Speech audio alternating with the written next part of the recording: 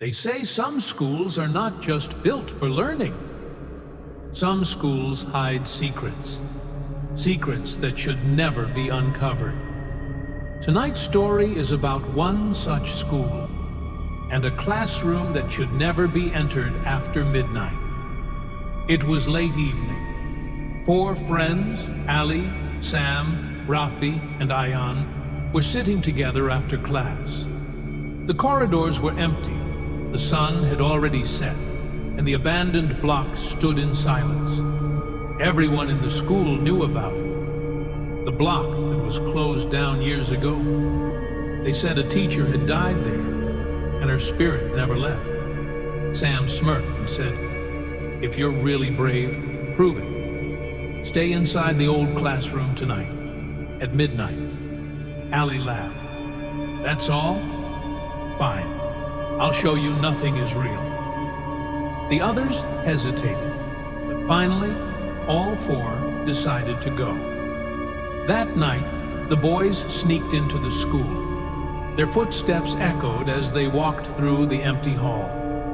The old classroom door creaked open with a long, painful sound. Dust filled the air, cobwebs hung from the ceiling, and the cold wind whistled through broken windows.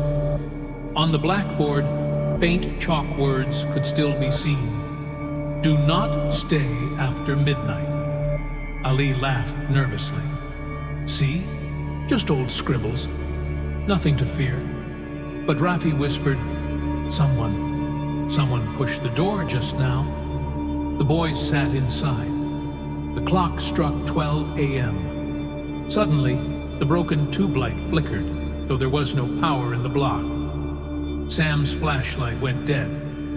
And then, with a loud scratching noise, the chalk began to move on its own across the board. Slowly, 2 words appeared. "Get out." Ayan's voice trembled. This isn't funny anymore." And then they heard it. A deep, heavy voice from the corner of the room. "Who dares to enter my class?" The boys turned. In the moonlight, the shadow of a woman appeared. She wore an old, torn teacher's dress.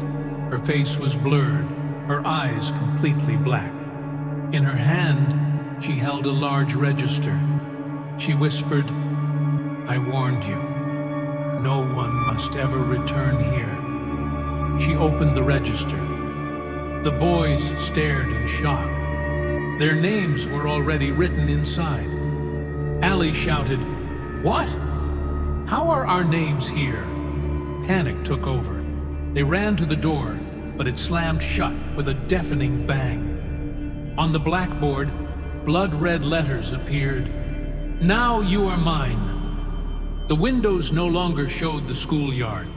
Outside there was nothing, only endless blackness. Sam froze.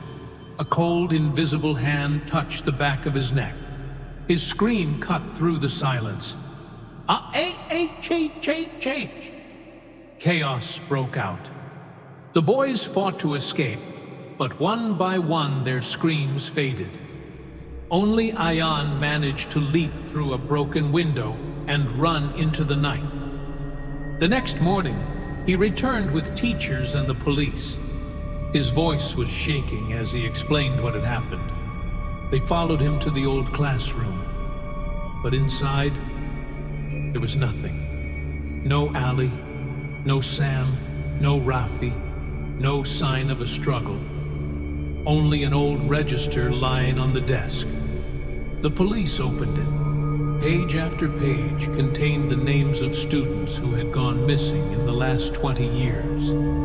And on the very last page, written in fresh ink, was Ayan's name. They say, even now, if you walk near the old block at midnight, you can hear the screams of children from behind the locked classroom door.